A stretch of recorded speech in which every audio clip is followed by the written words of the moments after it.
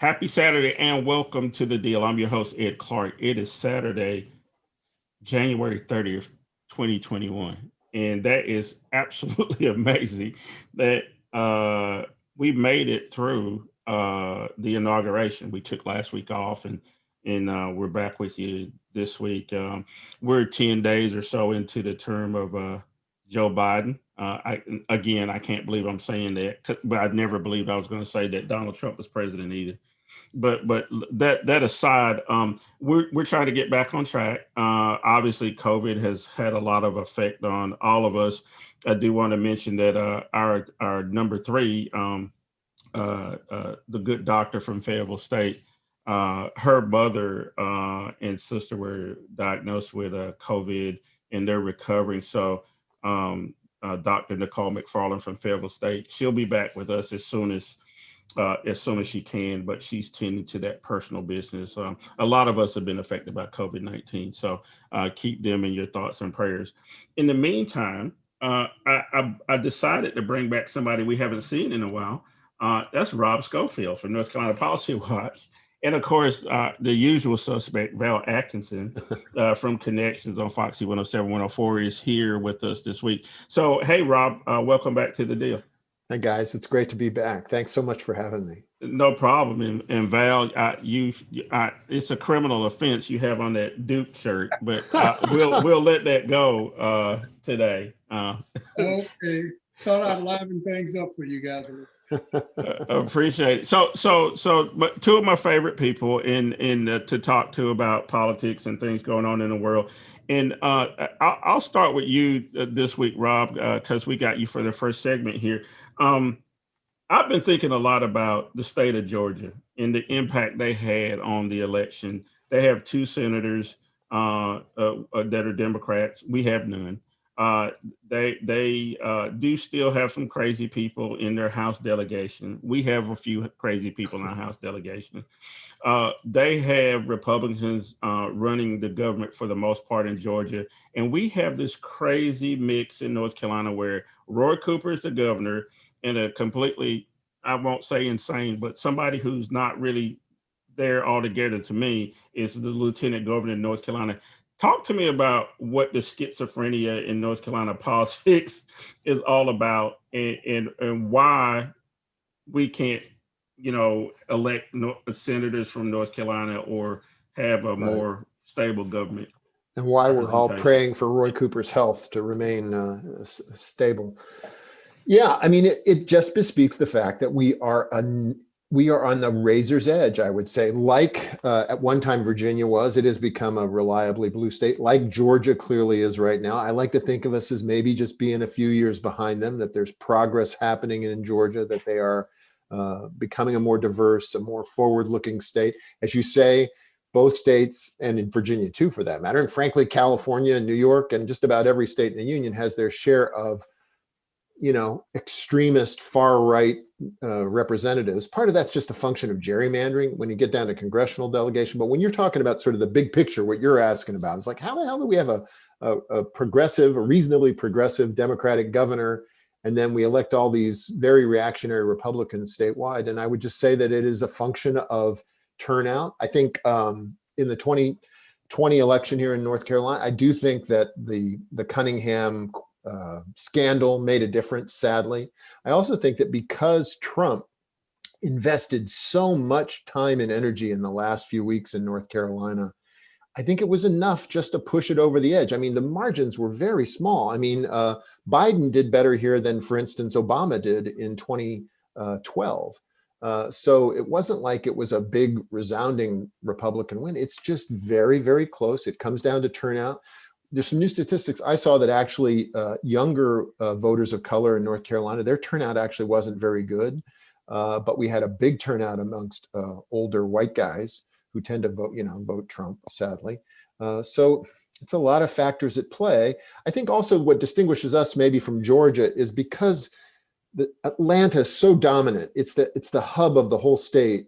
We're more spread out. Raleigh, Charlotte, what's the hub of the state? And we don't have a Raphael Warnock. We don't have someone who is so in such a high profile position that's so well respected and has such a reputation. There's no leader who's really emerged. We don't have a Stacey Abrams yet who's really emerged in this state to sort of help drive the organizing and voter turnout. So, hopefully that person's going to emerge. Those people will emerge in the coming years. I think that would make a real difference. But I still think the trends are still generally positive. But it is excruciating to experience it. Excruciating to say the least. I want to remind the folks you're watching The Deal with Ed Clark. There's Val Atkinson with us, and you were just listening to Rob Schofield. Val, as you listen to Rob, one of the things he did say that sticks out with me is that there's no Stacey Abrams figure in North Carolina.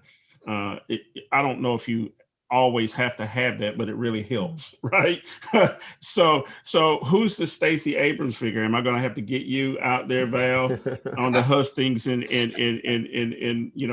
drumming up votes, or who is that person in North Carolina? I know Reverend Barber has more emerged as a national figure, but who's on the state level that's dependable, that's African American, that can drive votes? We don't have anyone at this particular time. And I think it's a direct result of a failure. And I put myself in that category because I was deeply involved in the Democratic Party back in the early 90s. But I don't think we were successful at training our replacements. And when I say we, I'm talking about the African American community in particular. We have too many in North Carolina African Americans in so-called leadership positions who've been drawing Social Security for 10 years. I mean, we don't have enough young people. And these older folks want to hang on to power. I think that's one of the reasons. The other reason is something that Rob pointed to, is the metropolitan centers here. We have 22% of the population in North Carolina is African American, but we're scattered. And they are condensed. They make, Fulton County, Cobb County, whatever, they make those things real power players, And when we take a look at Wake County, we're looking at small amounts of African Americans compared to Durham County, but Durham County is smaller in number. And so they elevate their people. Greensboro, Fayetteville, big numbers, but they don't come up to the statue, as Rob was saying, of a Stacey Abrams, and so we have our issues. The other thing that I want to mention is that although we are 22% of the population here in North Carolina, Georgia's 26, and they have their organizational structures are just as good as ours now.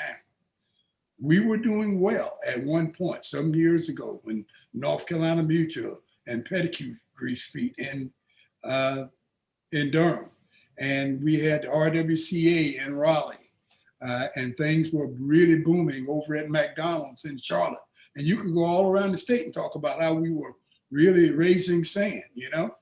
I remember E.V. Wilkins down east, and you go out and you find people like Mel White and Harvey Gann in the Charlotte area.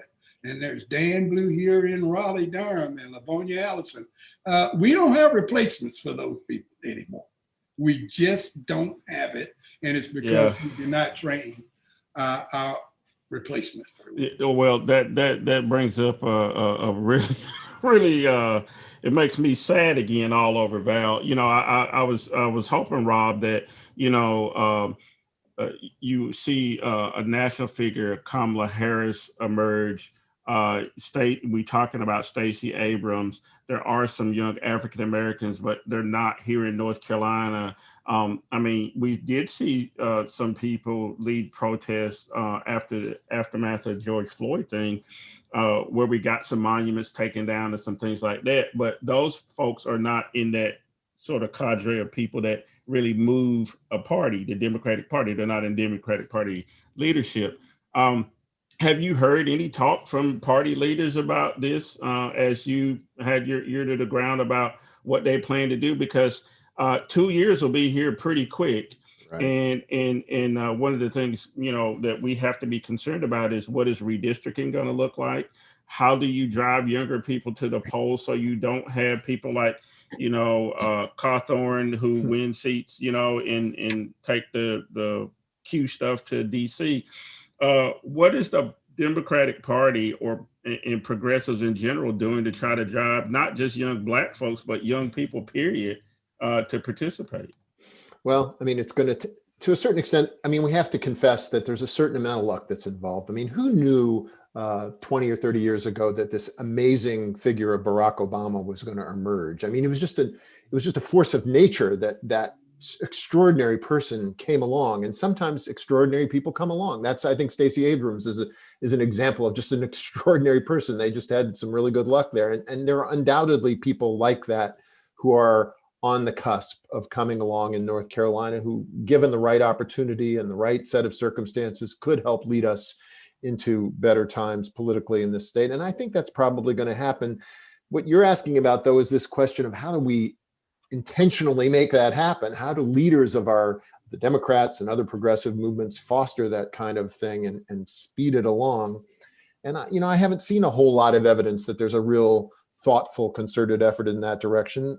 It may just be that it'll have to happen more spontaneously. I know young African-American and Latino leaders in our state who are very impressive young people who are going to be leading this state in not that long of a period of time. But I don't have a whole lot of optimism that they're going to be emerging as leaders in 2022, though that doesn't mean that 2022 election is a lost cause. The gerrymandering issue still remains a huge fight that we're going to have. And sometimes these fights that we have tend to bring people up, tend to bring people into the spotlight, and they become stars very quickly once we see, their capacity. So there's Bob Phillips, who runs Common Cause North Carolina, has been doing a great job over the last few years intentionally working with students at HBCUs to get them involved in politics. And I'm very optimistic that some of those efforts are going to start to pay off here in the coming years as we see some impressive young people leading us forward. But, it's just a slog we're going to have to get through these next few years. I hear you. So, and if you're watching, because we have viewers and listeners from all over the country, and actually from other countries that watch the deal, because we a lot of times talk about international issues, and obviously we were focused a lot on Donald Trump and getting him out of office, frankly, and thank goodness for that. Yeah. And you may be wondering why we're talking about North Carolina, because if you live in California, which we have viewers in California, or you live in Alabama, North Carolina, I think it could be the linchpin for a lot of what happens in this next Congress, in 2 years, and also whether or not the Democrats can maintain hold of the Senate. Before I let you go, Rob, and again, I appreciate you, Sure. coming in, Dr. McFarland. Like I said, we hope that she'll be able to be back next week. But talk to me about what you guys are doing over at North Carolina Policy Watch that we might need to take a look at. And again, it's called North Carolina Policy Watch, but a lot of the issues that you guys cover are germane everywhere, like school reopening and poverty and inequality. But what's big you guys working on over there? No, I appreciate you asking. We're at ncpolicywatch.com. We're lucky enough actually to be a model. If you're talking about national efforts, we're a model now for news and commentary, progressive news and commentary outlets that are all over the country. They're organized under something called the State's Newsroom. We're now in 20 states.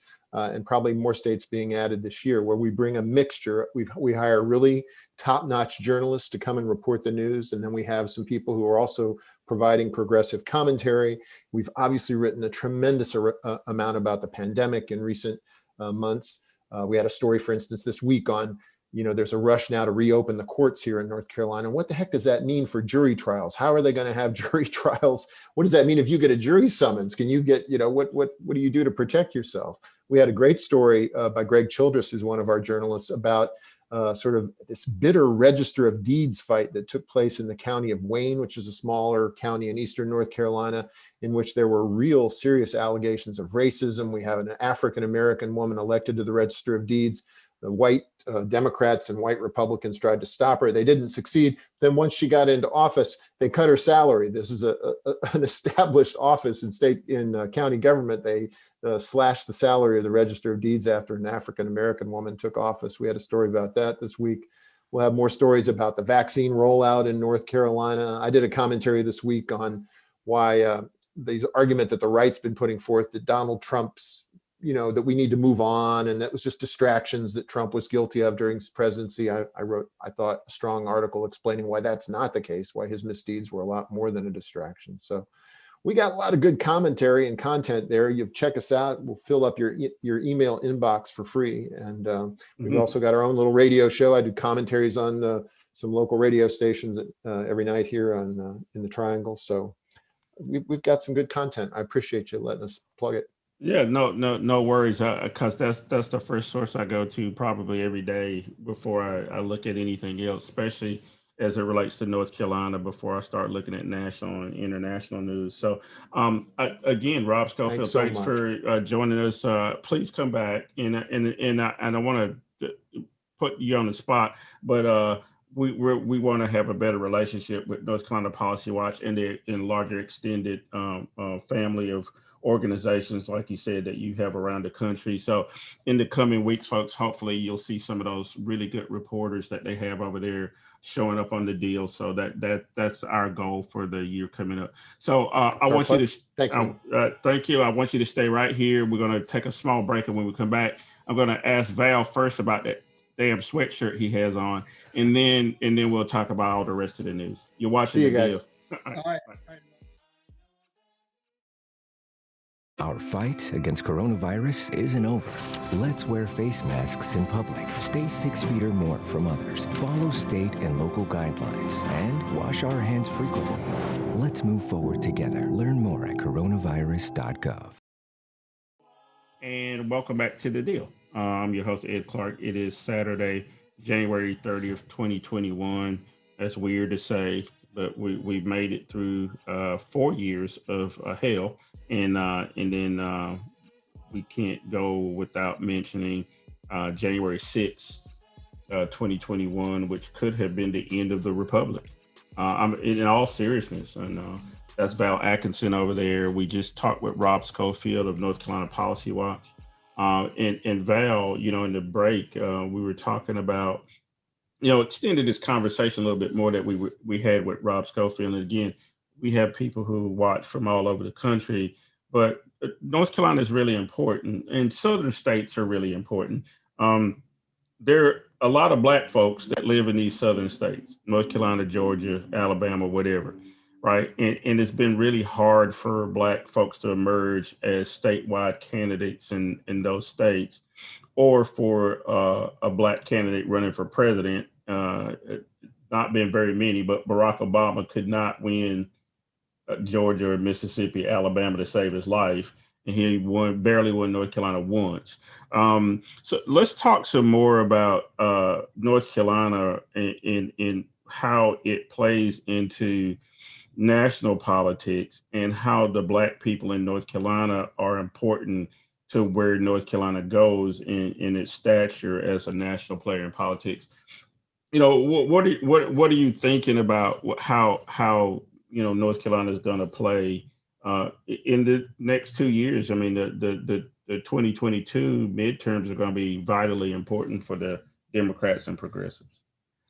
Well, I think getting back to the comparison that Rob was making between, and you also, between North Carolina and Georgia, I think North Carolina here, we are rooted in some very extreme politics, more so than some other places. I don't think sometimes we give the far right enough credit for how successful they've been and what they've been doing and how long ago they started. It's almost as though they've been a step or two ahead of us all the way. I can remember far back as 10, 15 years ago when we weren't even thinking about the courts, and they had already devised a plan to take over the courts. When we weren't thinking about how to take over the legislature so we could manage gerrymandering, and they were halfway there. And those are the two things that you can elect people as governor all you want, even council of state. But if you don't control the legislature and you don't control the courts, things could be rather problematic for you in terms of getting things done.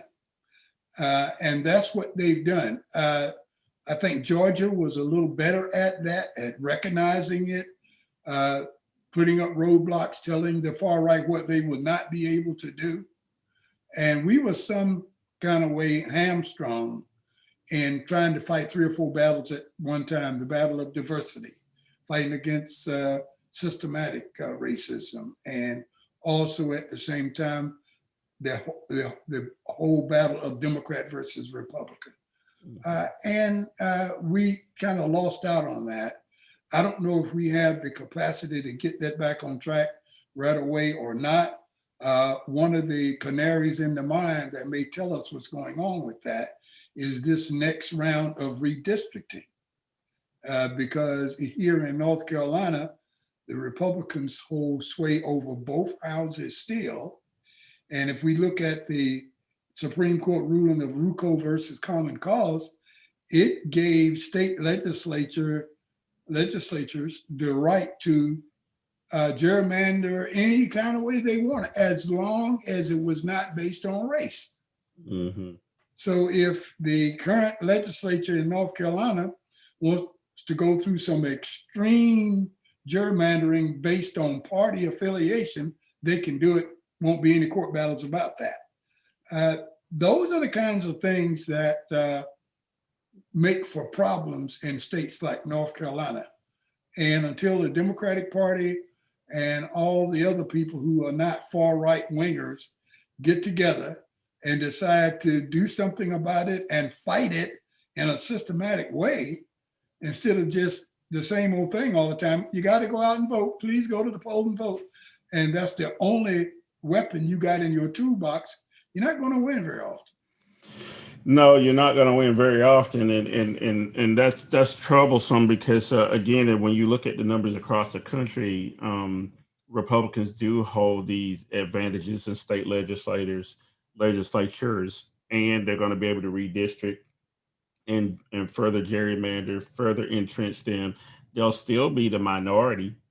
There's still going to be a minority of people ruling the majority of people. People can say they're progressive and live like they're progressive, but if you're in Montana, you're still going to have 2 senators from Montana, and your delegation, whether it's 1 or 2 or 3 Congress people, they're all going to be Republicans as well, because it's going to be set up that way. But it's going to be set up that way in a place like North Carolina, where you have more progressives technically. But if they redistrict in such a way that those progressives can't win, then all bets are off. Well, Val, I want to switch gears a little bit, and it's tangentially related, because we said that Georgia made a big impact this time, right? You have Warnock and you have Ossoff. Now there's a Senate that's tied. The next business of the Senate will be to try to get some COVID relief to people. But the other big task they have is to hear the trial of Donald Trump, impeachment trial. This week, even after all these people have talked about Trump is responsible, and one like your buddy Mitch McConnell, who tried to say that Trump should be held accountable, he turns right around and votes with Rand Paul to say that it was unconstitutional to impeach the president. Now, they impeached him before he was out of office. So I don't know what their rationale is. I'm not a lawyer. I only play one on TV. But does that signal that Trump is going to be acquitted again? So he's not only going to be the first twice impeached president, but he's going to be obviously the first twice acquitted president. And what does that say about Trump's hold still on the Republicans? Well, I agree with you that he is going to be acquitted again, simply because the majority of the senators will vote to convict him. But as you know, we need 2/3 of the senators, 67 of them, to vote in order to remove him from office or assign any other penalties to him for his transgressions. And I don't think there are 67 votes in the United States Senate to do that. So he's going to walk away again, having been, as you say, impeached twice and acquitted twice. I don't see anything happening that'll change that. However, moving forward, there are some things that the Democrats have that are very daunting that they got to deal with. And one of the first things is, how are you going to deal with Senate rules about the filibuster? Because that's a linchpin holding together several other things. A reform of the courts, doing some things to make up for what McConnell did when he was the majority leader. So Biden and the Democratic Party have their hands full after impeachment. That's not going to go the way we would love for it to go. But they're going to have to figure out, and quickly, what next. Now, getting to the other half of your question on that, even though you recognize and you're fully aware that chances are very slim of that happening, you still have to go forward with this, because you have to make the courts understand that if you allow this kind of thing to continue, then what is to stop a president, a lame duck president, after he's been kicked out of office after his first term, can't be president starting on January 20th? What's to stop him from committing a capital crime? And as soon as he commits that capital crime, he resigns.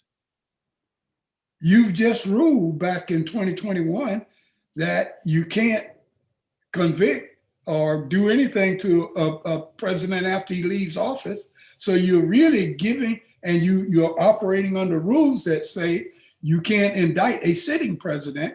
You have changed the tenor of the entire legal system in America, because you have now said that the president of the United States is above the law. I defy anybody to argue with me that that decision wouldn't go that way. If the president is found that he cannot be impeached after he leaves office, then he is in fact above the law. Yeah, and that's the troubling part to me, Val, is that, they said that he could not be touched while he was president. What? The whole Mueller investigation came to naught, and Mueller and the people who were running that investigation said their hands were tied. I don't believe that was the case. I think they made that decision for some political reasons. Department ruling. It's not a rule in the Constitution. So let's look at the other side of Congress, the House. They have some real problems over there too. The Democrats have a slim majority over there. The Republicans could conceivably just gerrymander their way back into a majority if they work it out right. But they have people who are actually dangerous over there. Marjorie Taylor Greene, who's from Georgia, is a nut. She's a QAnon nut, and so is Congressman Boebert from Colorado, and a number of other ones, Cawthorn from North Carolina. These people are dangerous. They're trying to bring guns on the floor. They've talked about killing Nancy Pelosi or whatever. What in the hell are they going to be able to do with these people? Can they expel these people? What is the appetite for allowing this to go on any further? Because the House won't be able to do any real business if everybody's watching their back all the time. Yeah, they're in a pickle here again too, because I think they have the votes if they wanted to expel, but they need two-thirds on that, I do believe. But the problem they're worried about, and Democrats always worry about these kind of problems, is what's going to happen when the shoe's on the other foot? And are we making this thing political? Are we going to see our next Democratic Speaker of the House have to undergo expulsion papers or whatever, just because he or she is a Democrat? They're afraid to go down that road. So they are hoping they can talk about it enough and beat the drums about it enough until maybe somebody on the other side will say, hey, why do they keep talking about this? We're okay. That's the way we do things a lot of times. Just beat the drums and keep talking about it enough until somebody else disciplines themselves or somebody else did something about it. We got too many people here that don't want to do anything about it themselves. They want to talk about it enough to get somebody else riled up so they'll do something about it. And in many cases, that's been a fault of many progressives, is that a lot of the things that they claim to be really, really upset about is a matter to get voters upset so they will register and go to the poll and vote this other guy out of office. That's the real reason that they are upset, and that's the real reason they keep beating the drum on this thing and telling you how bad the other guy is, and you need to call your congressman and you need to go and register and vote, and that's what this is about. It's not a good strategy to get anything done. I'd rather see them doing something akin to what the Republicans used to do several years ago. Come up with a concrete plan as to how to take over the courts. Yeah. Do everything. We come up with a concrete plan how to get you a lieutenant governor elected when the governor is elected overwhelmingly by Democrats. And come up with a plan to do that. And forget about raising the ire of the average citizen and have him so mad along with you that he'll go down and vote the other guy out of office. Because that's all we're doing with that. Sure. Is trying to strike up the emotion and hopefully somebody say, oh my God, I didn't know he did that. You mean to tell me, oh my, that's terrible. and that's what we want to get them, so they'll go down and vote the other guy out of office. We've been beat at that game too long. It's time for us to put that aside, put that emotional thing aside, go and devise a plan to take the courts back. We got our heads handed to us here in North Carolina in the courts. Mm-hmm, now, where's your plan to take the courts back? Yep. Yeah. That's what I want to see. That is vitally important. It looks like it's time for us to take another break, Val. We're going to take a break. When we come back in the last segment, I want to ask you about this first 100 days. I know I don't like doing the first 100 days of the presidency, but this time is extremely critical because we got a pandemic going on. The stock market is doing some crazy shit. A lot of weird stuff is going on that we have to undo from the last clown that was in the White House, and I do mean clown. So we're going to take a break. When we come back, we're going to wrap it up and talk about those issues and a whole lot more. You're watching The Deal with Ed Clark and Val Atkinson. We'll be right back.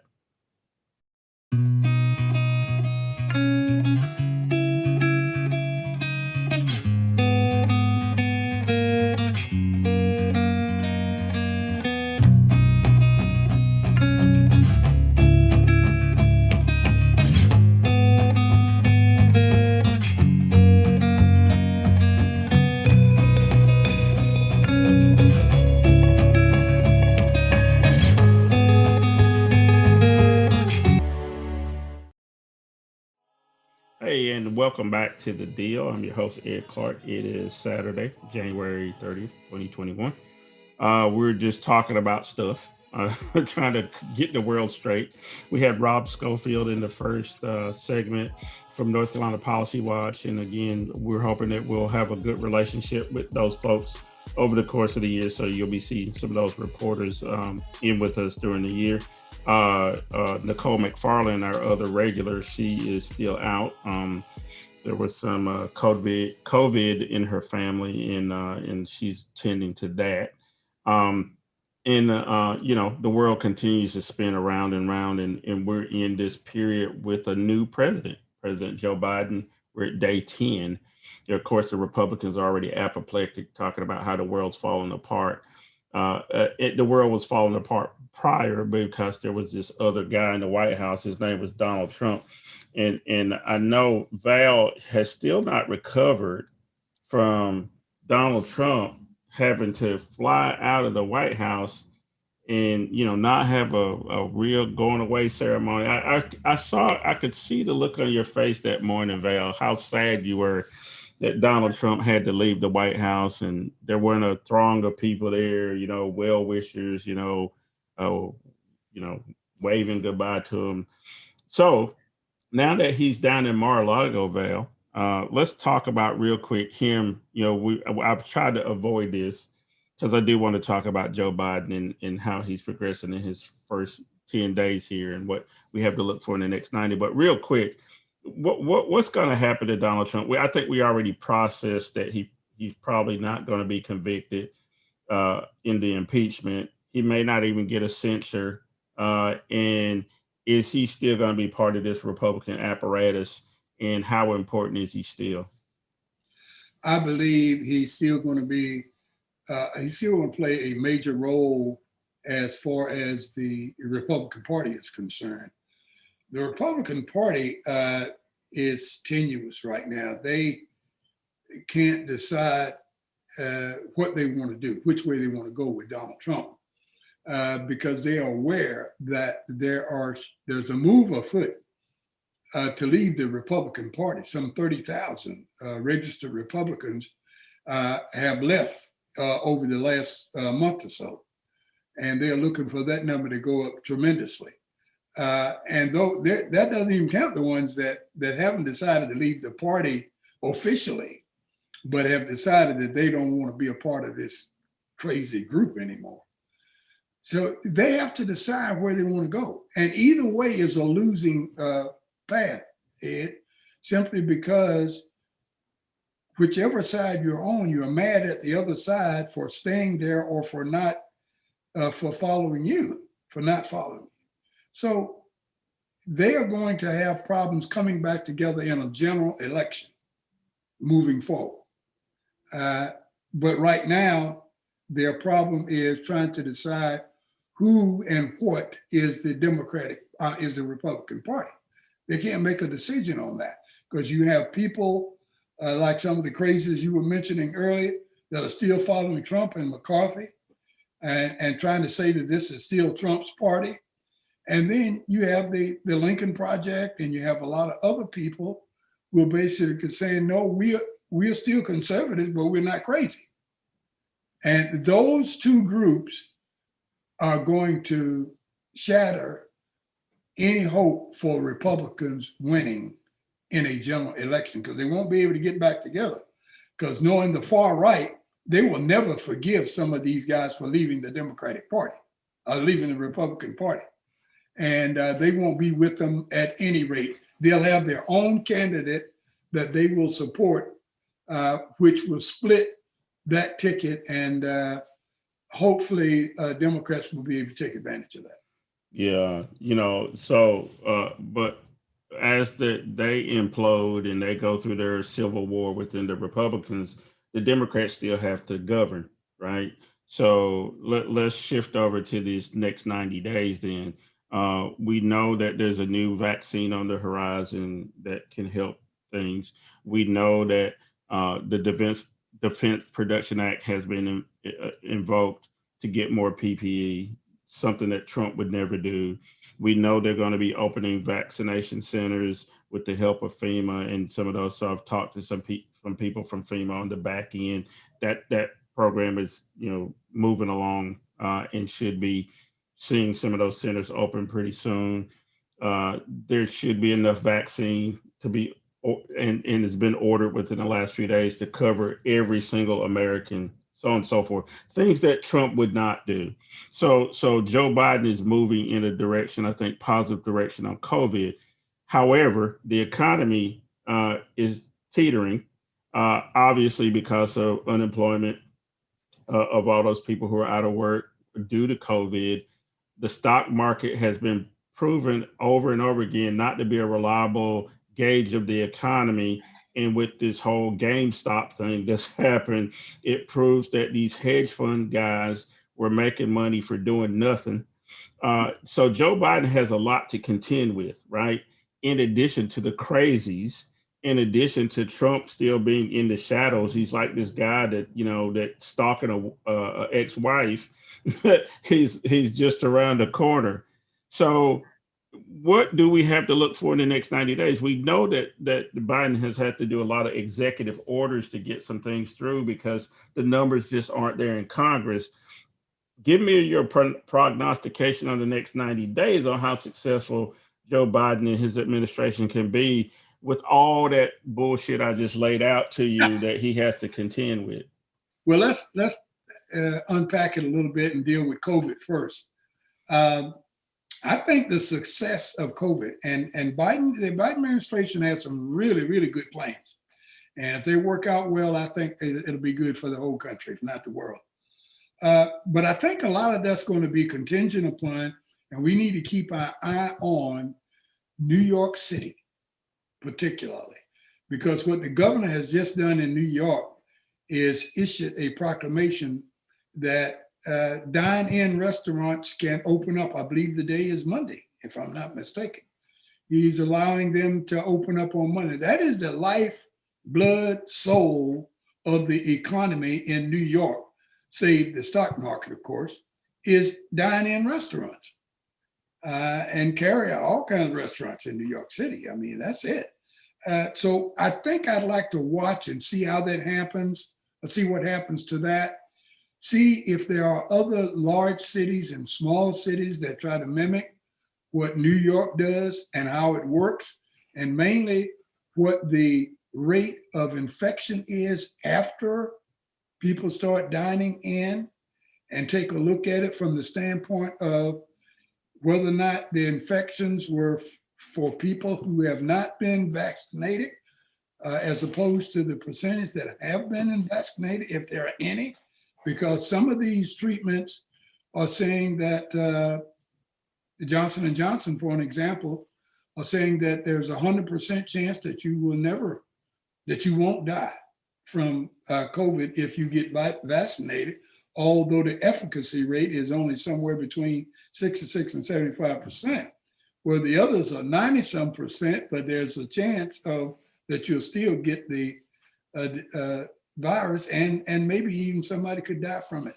even after that. So this almost petri dish kind of operation that we'll find in New York will release tons of data to be studied for the rest of the country as to how fast can we go and what directions can we go to mitigate this pandemic, and how safe is it to deal with eat-in restaurants, to deal with schools, sports, and entertainment and the like. Because if you can go to a dine-in restaurant, I think you should be able to go to a theater.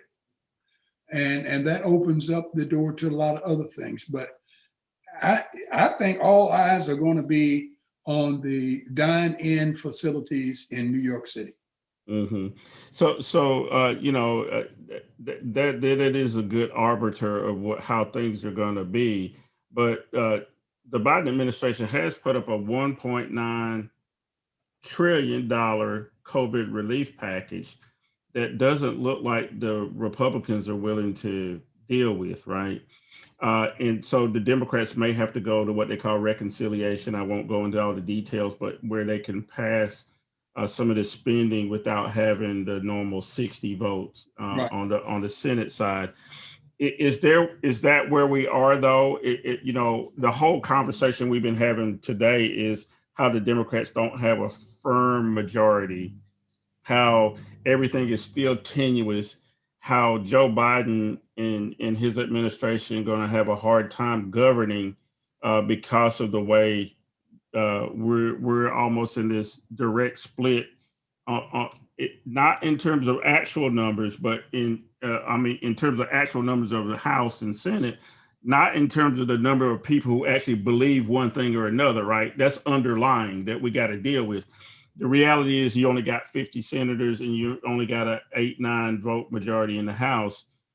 Again, this question of how successful can Joe Biden be, even if New York turns out good, even if we start getting vaccinations, even if we're still at a place where the economy still is going to take some doing to get it back to where it had been when Barack Obama left office. I'm not giving Trump any credit. Notice that. So I guess I'll ask again, can he be successful with the split that we have, or are they going to have to continue to do the executive orders and be creative with reconciliation? I think they're going to have to keep doing the executive orders and be creative with reconciliation, simply because the Republicans aren't interested in compromise. They're not interested in bipartisanship. They're interested in two things: either having their way, having you to do what they would do if they were in power, or throwing a monkey wrench in the whole process so you can't get done what you want done. And sometimes the Democratic Party falls prey to that. I don't even want to call it a strategy, falls prey to that mess by going over and asking them, well, what it is you want? What can I give you so this can be bipartisan? And they say, oh, I think we ought to postpone it for a year. So we ended up having it postponed for 6 months. That is stupid. That is so crazy. And the Republicans know that. If they want to postpone something for a year, all they got to do is tell the Democrats they want to postpone it for 2 to 3 years. That's all they got to do. And we ain't figured that out yet, you know? So I'm saying that I think the Biden administration needs to realize, hey, you may have to put this whole kumbaya, compromise thing on hold for a year or two, okay? And just do what you can do with 50 plus 1 and a majority in the House. Do whatever you can with that, because if you put the American people's hopes and dreams on you being able to convert enough Republicans to go along with you, because you tell them how crazy green is, and you tell them how bad this is, and you tell them how good this is, that they're going to say, oh, I didn't know that. Well, I agree with you, Mr. President. If you are insane enough to believe that, go ahead with your strategy. When you finish, I'll be right here and we can start talking about something else. Yeah, I don't hold out any hope for doing a lot of compromise with these folks, because again, people like Kevin McCarthy and Mitch McConnell speak out of both sides of their neck, as they say. In at 1 minute, it sounds like they're being reasonable, but we know in reality that their grand plan is to take over this whole thing and make it a whatever kind of a government they want. It's not a republic. It's not. And they were willing to have a dictator, Val. They were willing to just so they could have power. They were willing to have a useful idiot run things. I did read one thing interesting this morning, Val, before we came on. There's a piece out saying that that Donald Trump was actually compromised way back in the late 70s with the Russians. Once they realized that he was stupid, they figured that all they had to do was keep funneling him enough money to keep him afloat. And so if you go back and look, there's all these relationships where he was being essentially bailed out by Russians the whole time that he's been a public figure. And then now he's beholden to them, and that's why he never said anything negative. And I bring that up to say that I did see the press conference from the State Department this week, and it was completely different, right? They talked about how they criticized Putin openly about how he's been treating dissidents. They told him that, they're going to have to account for the hack with solar winds and those kind of things.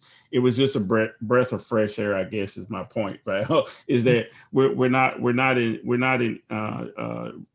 Putin's sway like we were before with Donald Trump. All of the press briefings from the White House on coronavirus have had doctors like Anthony Fauci and people like that. So my last question for you before we wrap it up is, how do you feel this week, knowing the last 10 days that there's been somebody else in the White House? Has that been palpable to you like it has been for me? I actually been watching the press briefings because they're having them, and it's not, this bunch of BS and lies. And I see Anthony Fauci, I see the State Department, briefing, and they're actually saying stuff. Have you felt that yet? Yes, I have, and it's almost unbelievable. I mean, I was waiting for somebody to step from behind the curtain and say it's all been a lie or something. But it was refreshing to have someone stand behind the podium and really answer a question without trying to obfuscate or tell a lie in the face of the truth that everybody knows you're lying. Everybody saw it with their own eyes. And you sitting there thinking everybody else is stupid and nobody can figure out what you're doing. And it's only a lie. If I can say, I started thinking this with Kellyanne Conway, and it went through Sarah Huckabee and all of the rest of them. They felt that it was only a lie if they admitted to the lie. If they never admitted to the lie, then it was at best up for questions. So that's the way they operated. So to have someone to come out and speak truth and own up to things and to say, I don't know when they didn't know, or to say, I'll get that information for you, it was refreshing because that's what I had become accustomed to over the decades of being involved in politics. That's the way a press secretary is supposed to handle himself. How else can you get the information you need to know how your government is operating on your behalf if you're going to allow people to stand up behind the podium and lie to you incessantly? And so I felt a relief seeing the press secretary to be a real press secretary. Yeah, that was really, really different this week, and I'm looking forward to more of that. Hey, I hear a little bit of music starting to play in the background. That means we got to get out of here. But Val, thanks again for showing up, and we want to thank Rob Schofield of North Carolina Policy Watch, who is here. Got some exciting stuff coming up in the future. Dr. Nicole McFarland will be back. But we got a relationship now with North Carolina Policy Watch. So some of those reporters will be in, giving us a more in-depth look at a lot of news stories. I had a really, really cool encounter this week with the folks from the George Floyd Memorial Center, which people may not know is going to be in Raleigh, North Carolina. So those folks are going to be on in the coming weeks. George Floyd, I know a lot of people think he was from Houston. He obviously died in Minneapolis, but guess what? He's from North Carolina. And so we're going to have those folks on coming up as well. So in the meantime, try to have a good Saturday. Come back to us next Saturday, and we'll continue the conversation. In the meantime, always go to thedealwithedclark.com, and you can, read all my articles and that kind of thing. You can hear Val Atkinson on Connections on Foxy 107, 104 on Sunday mornings at 8 a.m. So in the meantime, have a great Saturday. And we'll see you next Saturday.